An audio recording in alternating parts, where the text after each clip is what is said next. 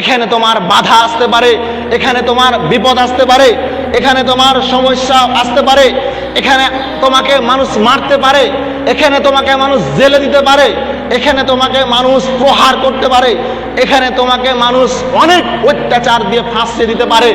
এখানে মা সবাক, এখানে অসবির আলা মা সবাক, তুমি ধৈর্য ধারণ করবে। এই কথাটা লোকমানে হাকিম তার সন্তানকে উপদেশ দিচ্ছে। লোকমানে হাকিম তার সন্তানকে বলতেছেন, লোকমানে হাকিম কোন নবী ছিলেন না, কোন নামি দামি মানুষও ছিলেন না। লোকমানে হাকিম এর ভাষাটা, এর ইবাদতটা, এর আমলটা, এর কথাটা আল্লাহর কাছে এত গ্রহণযোগ্য হয়েছে, এত আল্লাহর কাছে ভালো লেগেছে যে আল্লাহ সুবহানাহু ওয়া তাআলা এই কথাটাকে কোরআন মাজিদে তুলে ধরেছেন।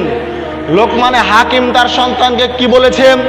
লোকমানে হাকিম তার সন্তানকে বলতেছেন, ইয়া বুনাইয়া, হে আমার আদরের সন্তান, হে আমার আদরের ছেলে, হে আমার আদরের সন্তান, হে আমার আদরের ছেলে, আকিমিস সালাহ, তুমি সালাত আদায় করো, ওয়া আমুর বিল মারুফ ওয়া নাহা আনিল মুনকার, সৎ কাজের আদেশ করো, অসৎ কাজ হতে মানুষকে নিষেধ করো, ওয়াসবির আলা মা আসাবাক, বিপদ আপদে ধৈর্য ধারণ করো।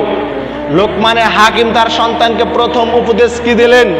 প্রথম উপদেশ কি বললেন? সর্বপ্রথম লোকমানে হাকিম তার সন্তানকে বলতেছেন, হে আমার আদরের সন্তান, হে আমার আদরের ছেলে, তুমি আকিমিস সালাহ, সালাত আদায় করো। সালাত আদায় করতে বলছেন লোকমানে হাকিম তার সন্তানকে। আপনি আপনার সন্তানকে কয়দিন বলেছেন সালাত আদায় করতে? আপনি আপনার সন্তানকে কয়দিন বলেন সালাত পড়ার জন্য? আপনি আপনার সন্তানকে, আপনার মেয়েকে আপনি কয়দিন বলতে পারেন বা বলেন সালাতের জন্য? আপনি কোনোদিন বলেন? কোনোদিন বলেন না। আপনি যেভাবে আপনার সামগ্রিক কাজের জন্য, আপনি আপনার যেভাবে বাড়ির কাজের জন্য, আপনি আপনার যেভাবে মানুষের কাজে পাঠানোর জন্য যেভাবে বলেন, যেভাবে অনুগ্রহ করেন, যেভাবে তার সাথে আচরণ করেন, আপনি কোনোদিন সালাত আদায়ের জন্য সেভাবে বলেছেন? কালকে আপনি মাঠে কাজ করতে যাবেন, এই জন্য আপনার ছেলেকে তাড়াতাড়ি ঘুমাতে বলছেন, শুয়ে যেতে বলছেন। কেন? কালকে সকালে আপনার মাঠে কাজ আছে, এই জন্য তাকে এখনই শুয়ে যেতে বলছেন, আগেই সতর্ক করে দিচ্ছেন, আগামী একদিন আগে তাকে বলে দিচ্ছেন আগামীকালকে কাজ করতে যাব। একদিন আগে তাকে সতর্ক করছেন, একদিন আগে তাকে বলে দিচ্ছেন, খালি দুনিয়াবি কাজের জন্য। কিন্তু আপনি কোনোদিন কি আপনি বলেছেন আপনার সন্তানকে সালাত আদায় করার জন্য? আপনার ছেলে যে সালাত আদায় করে না, আপনার সন্তান যে নামাজ পড়ে না, আপনার মেয়ে যে সালাত আদায় করে না, কোনোদিন কি আপনি আপনার ছেলেকে, আপনার সন্তানকে সালাত আদায় করার জন্য বলেছেন? এটা আপনার প্রমাণ হয়? এটা আপনি বলতে পারবেন? আপনি এটা বিবেক দিয়ে বলতে পারবেন যে আমি কোনোদিন একদিন আপনার সন্তানকে বলেছি?